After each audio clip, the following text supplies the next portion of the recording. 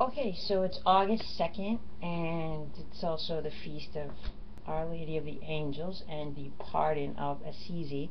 For those of you who are interested, yesterday was the feast of Saint Alfonso Liguori, who's a huge Neapolitan saint, and I would encourage you to read his biography because it's very interesting.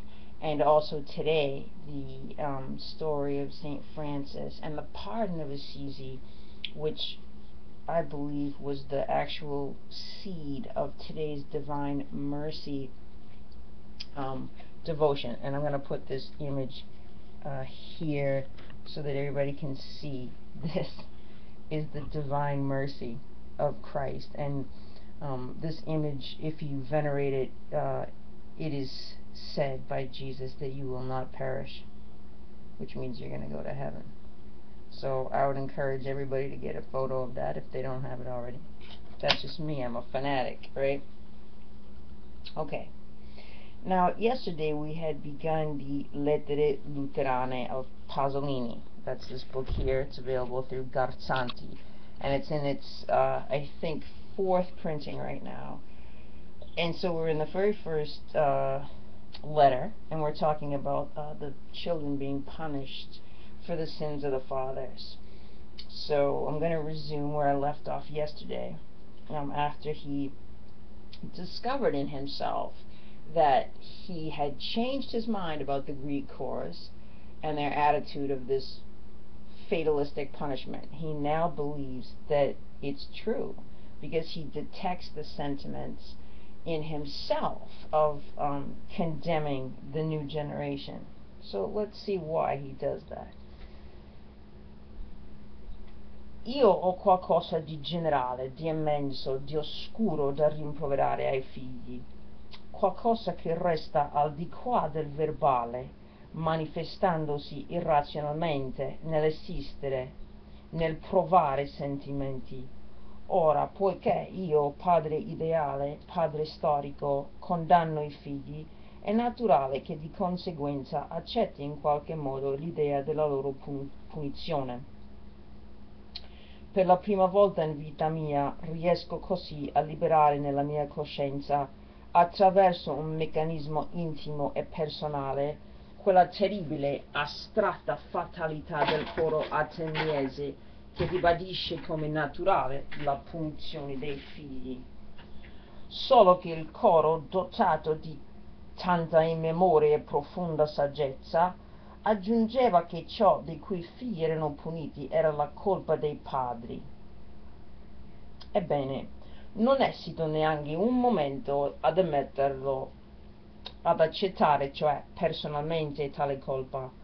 Se io condanno i figli a causa di una cessazione di amore verso di essi e quindi presuppongo una loro punizione, non ho il minimo dubbio che tutto ciò accada per colpa mia, in quanto padre, in quanto uno dei padri che si sono resi responsabili prima del fascismo e poi di un regime clerico-fascista fintamente democratico e infine hanno accettato la nuova forma del potere, il potere dei consumi, ultimi delle rovine, rovina delle rovine.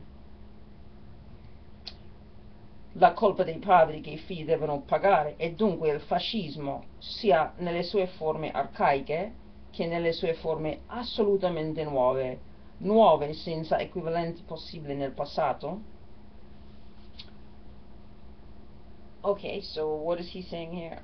He has recognized in himself a sentiment, not something which he says it's beyond words. It's something in his feelings that he condemns his children. That would be the new generation, and he has to accept the idea of their punishment. But he says it's the first time in his life that he is able to free in his own conscience this idea that the Greek chorus considered so natural, the punishment of the children. And not only that, but that the children were being punished for the sins of the parents. Okay? So he says, I don't hesitate for a moment to accept my guilt in this matter. I know I'm responsible as one of the fathers, and we're responsible because of this clerico-fascist regime, which was falsely democratic, and now it has just kind of been subsumed or gone over to consumerism, which is the ultimate ruin. And you know, he really is so smart, because how ineffective was I guess the current state of spirituality in the first world to resist the choking, suffocating, and just horrible insidiousness of this materialism that flooded everything and took everything else away.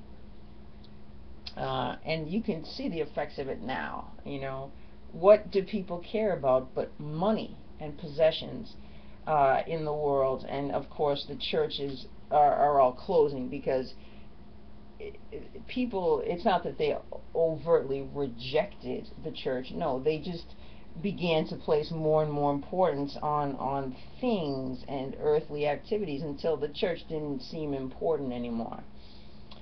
And so he then says, is this the problem? Is fascism the problem? Is that what we have to pay the price for? That's the question. Now he's going to answer. Mi è difficile ammettere che la colpa sia questa, forse anche per ragioni private e soggettive. Io personalmente sono sempre stato antifascista e non ho accettato mai neanche il nuovo potere di cui in realtà parlava Marx profeticamente nel manifesto, credendo di parlare del capitalismo del suo tempo. Mi sembra che ci sia qualcosa di conformistico e troppo logico, cioè di non storico, nell'identificare in questo la colpa. So, no, he says, that's too easy of an answer. Fascism is the culprit. That's what I'm guilty of. I'm not guilty of fascism anyway, because I never did accept it. So my guilt, the guilt of the father, the ideal father as he calls himself, the historic father, is something else. Sento ormai intorno a me lo scandalo dei pedanti seguito dal loro ricatto a quanto sto per dire.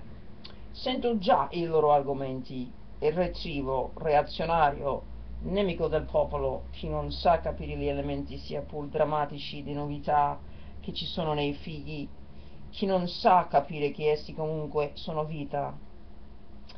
Ebbene, io penso intanto che anch'io ho diritto alla vita, perché, pur essendo padre, non per questo cesso di essere figlio. Inoltre per me la vita si può manifestare egregiamente, per esempio nel coraggio di svelare ai nuovi figli ciò che io veramente sento verso di loro.